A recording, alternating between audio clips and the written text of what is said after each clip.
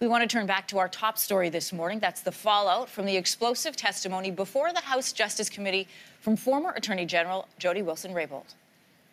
I was concerned that the reason why I was being shuffled out of the Minister of Justice and Attorney General possibly was because of a decision I would not take on SNC and the DPA. We are joined by lawyer and political consultant Warren Kinsella. Good to have you with us this morning. Thanks for having me. Let's take a closer look. There were some of the statements there about what Wilson-Raybould had to say about contact from the PMO. This is regarding SNC-Lavalin. She said she experienced a, quote, sustained and consistent effort from people within the PMO to politically interfere in the case's prosecution. She says she was told by the Prime Minister's office and the Privy Council to, quote, find a solution to the matter, even after she told them that she had made up her mind to end her involvement. She was asked yesterday and said there was nothing illegal that happened. You were online yesterday saying you believe it's obstruction of justice. Yeah, Section 139 of the Criminal Code of Canada.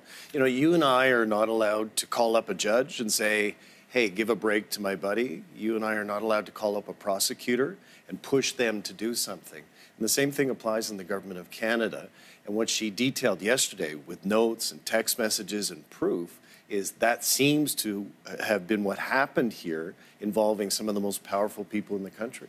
If that is, in fact, something criminal, then will the RCMP be involved? My understanding is the RCMP have already started to take steps to investigate this case. They were watching her testimony yesterday, just like the rest of us, and they've started to reach out to people about conducting at least a preliminary criminal investigation. What kind of steps?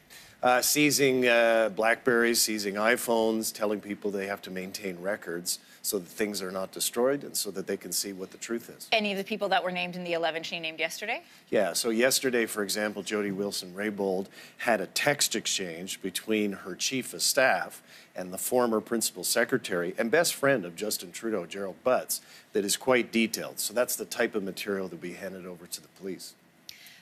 Wilson-Raybould at one point said the Prime Minister's former senior advisor, Gerald Butt, acknowledged this interference. So you're saying now you're hearing that his BlackBerry could be looked at by the RCMP, is being looked at by the RCMP? Yeah, and that's normal in any preliminary criminal investigation, is to hold on to that stuff. You don't want to lose that.